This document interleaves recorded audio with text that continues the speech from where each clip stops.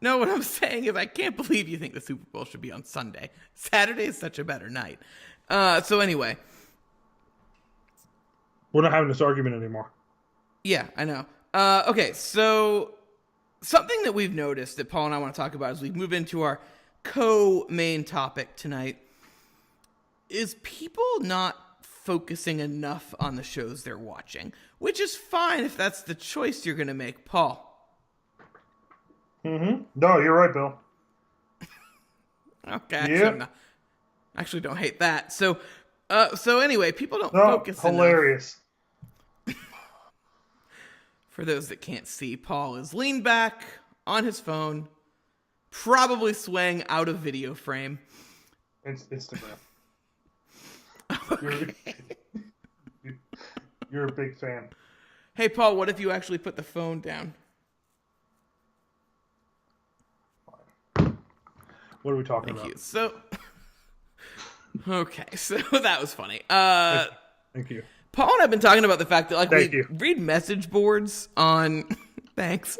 We read message boards for some TV shows, and people complain about being confused and about plot holes that don't exist. And now, if you want to be distracted when you watch a TV show, I say there's two things you should never do when you're distracted: drive and watch TV. Unless You it's gotta Arrow block the and- people in your house out when you're watching TV. Unless it's Arrow and Felicity's on, then grab that cell phone Oh. and look away. I know. Yeah. I didn't want to say anything, but I felt like it was the gorilla in the room. Not that she's a The gorilla. charisma vacuum in the room, yes. Right, yes. Oh, did you want me to keep Hold on. talking, or because No, you just like you took such a weird that's- timing drink? I wait till you're on your long talks till I take a drink, but no, you just take one whenever you want, so we have some dead air. Solid broadcasting, Bill. Well, if I didn't have to carry the show literally 99% of the time, I might have time to take a drink. Sure. God, we agree. So, again, if you want to be distracted while you watch TV shows, that's fine. No, you don't have to focus on the show you're watching. But if you know you're distracted when you're watching a show, don't complain about things not making sense. Right. It's pretty annoying. So, A Million Little Things is a good example of this. There's a subreddit for A Million Little Things Paul and I both look at. And after every episode, that doesn't make any sense. Or, what if this is what's happening? And someone else will respond like, we already know what's happening. They showed us. And I'll say, oh, well, I was on my phone during the episode. I must have missed that. Yeah, if you're gonna, Oh, it'd be like you were on your phone? You were on your phone during the episode? Then the writers must be terrible at their job. it'd be like me critiquing seafood when I've established that I hate everything from the sea. If it's from the sea, let it be. So, like, why would I critique seafood if I don't eat seafood? Why would you critique a show if you're not actually actively watching the show? Right. Now, that's it. I get asking a question. Hey, I was confused about this part, and then I'd be, everybody's gonna be more than happy to answer this question, especially if you're obsessed with the show. But if you're going to complain, if you're going to give it bad reviews, and critique it, well, and you're not watching the show, well, then you're not really doing your job, are you? You're the worst. Yo, yes. Yeah. But so, like, and again, I know not everyone's gonna sit down and really like lock in on the screen like Paul and I do when we watch TV. Although, if I had to guess, I bet Paul's a distracted viewer half the time. He's on his phone a lot, is the point I'm making. He's looking at it right now. Paul. Okay. Shiny things distract Paul. That's fair. But no, okay, no one's distracted by books. Put that down. I actually got this. This is a book the vice president of my company gave me. So this is going to be it's light read. Bill, sorry. A book has pages with, and this one has pictures in it, but it's got sentences that form paragraphs with pages and chapters. Chapters form an entire book, and you can actually learn and enjoy something just by reading something. If it's any good, they'll make it a movie, and I'll catch it then. But so. Did I derail Again, you? if you want to be distracted and you want to just casually watch a show, that's fine. But don't complain about it not making sense. But it's leading to a bigger issue, and this is where we're getting to. TV shows are having a hard time being intelligent and being smart because they're having to dumb things down and remove all subtlety from viewers because they know most of their audience isn't just paying attention. So on one hand, you have people complaining about plot holes that don't exist, and the people who are focusing are complaining that they're being beat over the head with things and there's no subtlety. Well, they can't have subtlety because when they put subtlety in, half their audience misses it. Mm-hmm. So there's no more room for subtlety in TV shows. They have to just beat you over the head with everything, and it makes it so much more predictable. So the same people that are complaining about plot holes because they're not paying attention are also complaining because the show's too predictable. Well, you are the reason that the shows are now having to be predictable. What's your take? One thing that me and Bill talked about was a lot of shows are doing a really good job, the well-written shows, on it's not what is being said, but it's what is actually on set. Maybe it's a picture in a room, it's a title of a book, it's a name on a passing letter that the camera just happens to go by. Facial expression and where two characters looking at each other. But it's also the information that's being withheld from you. Million Little Things and This Is Us, and even if you're like me who likes Game of Thrones is the same way. There's a lot of information that's withheld from you, so you're not getting the entire truth, right? Even if it's a passive narrator, it's an untrusty narrator, right? You're only getting part of the story. A perfect example, actually, if you watch the most recent Flash, I'm not going to spoil too much, but they jump into somebody else's perspective. And in that perspective, you see what through that person's lens, how a character reacts.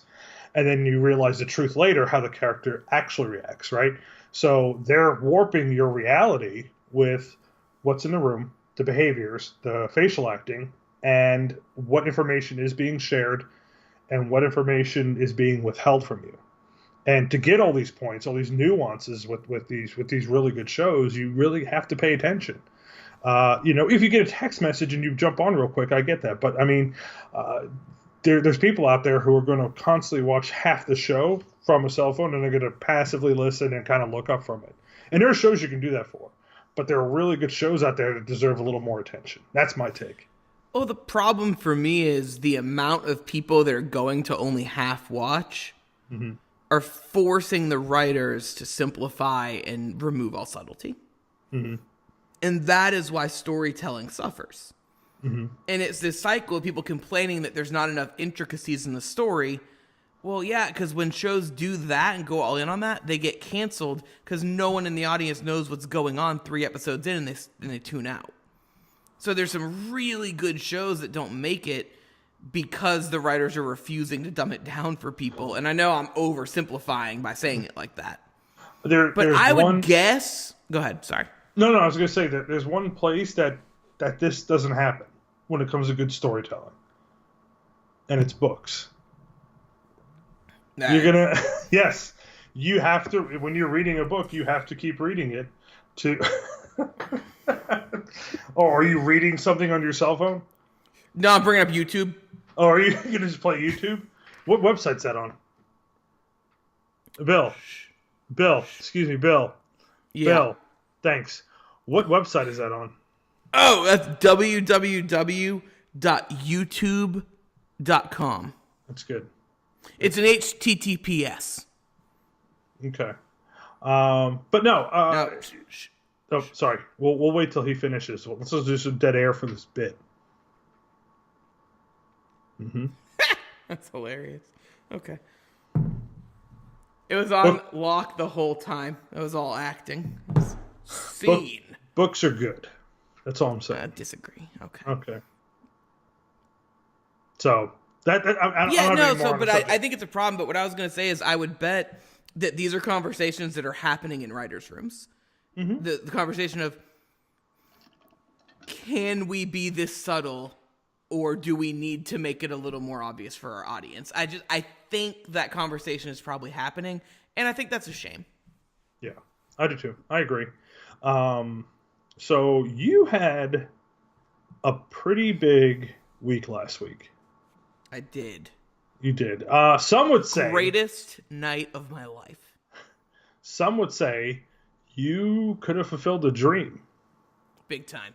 For somebody who's in broadcast journalism, who loves mentoring students, for somebody who's a massive NFL fan, for somebody who's a massive Patriots fan, for the Patriots to be in the Super Bowl, 2 hours away where you live, this checked all the boxes. Bill, why don't you tell everybody what you did last Monday, or this past Monday? I went with two of my students. We got credentialed and approved to go to Super Bowl opening night in Atlanta, where we were on the floor interviewing players from the Rams and the Patriots. That's got to be absolutely incredible.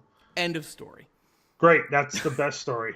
Did you get any swag stuff we all get? Just our press pass. Oh, yeah, the NFL turns out a little cheap. Goodell, listen, I really wish I had run into him. Yeah, because I would have asked Roger Goodell some tough questions. Like Deflategate? Like, who do you think you are? Mr. Big Stuff. Second question. That's a song. What gives you the right? No. You know, I would ask him things like, why is your face so stupid? And questions like that. Or like, hey, did you fail 6th grade science and that's why Tom Brady got suspended?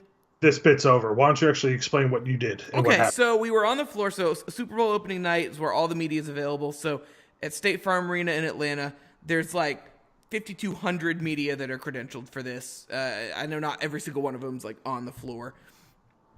But the teams are available. There's like 9 podiums that like the biggest names are at. And then the rest of the team and all the rest of the coaches are just on the floor mingling with the media, and you can get interviews.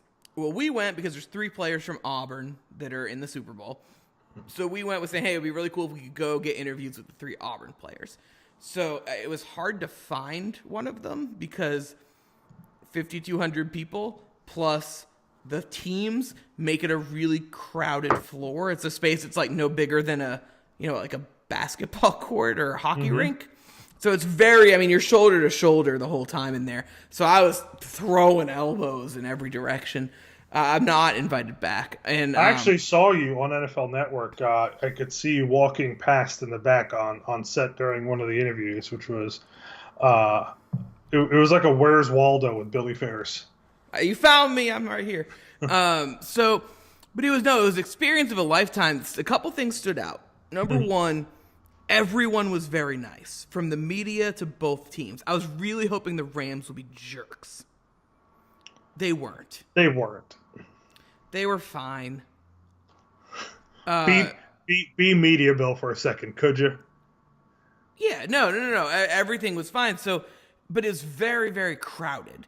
So the media is shoulder to shoulder. You're having to weave through people, but at the same time, you're having to not walk through camera shots because if people are interviewing someone on camera, there has to be just a little bit of space.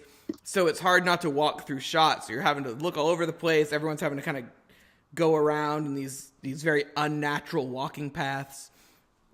And it's essentially organized chaos. So we're trying to find the one Auburn player from the Rams.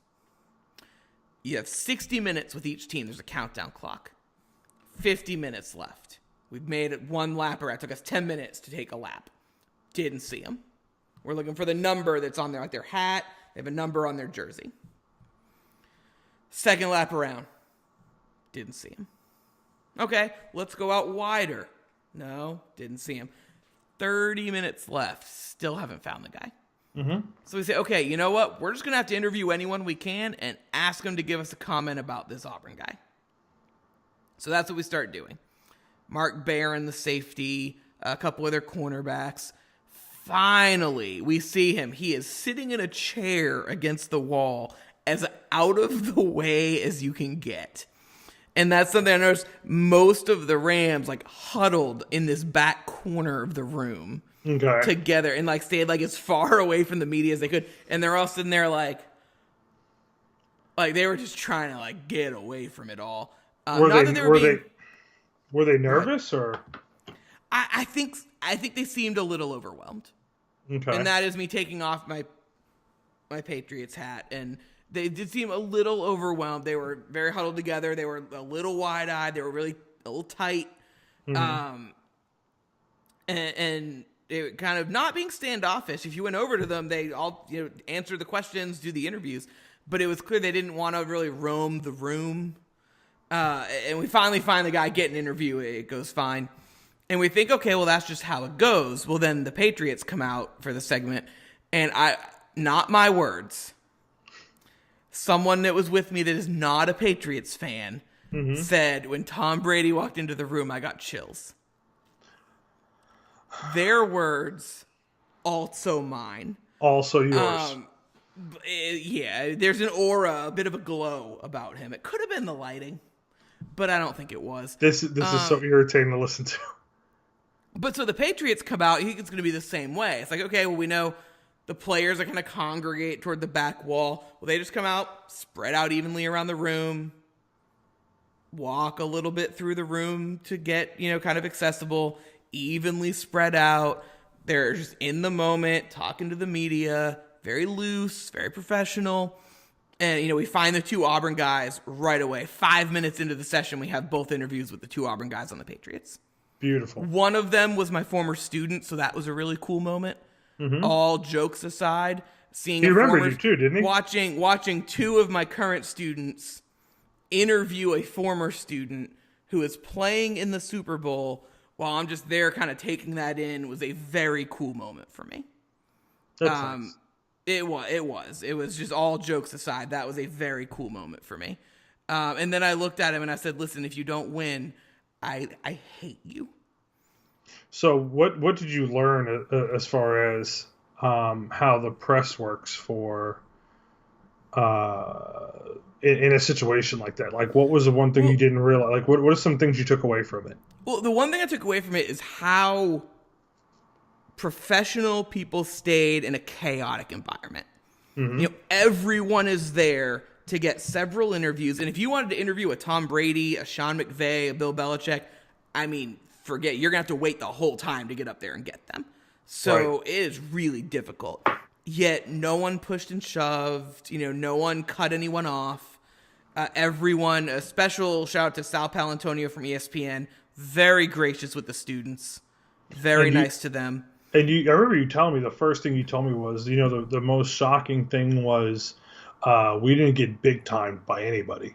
Because you got to think of all the media outlets that are there. It's a Super Bowl in America. It's one of the biggest events, so you're going to have major media people there. There were 5 universities there.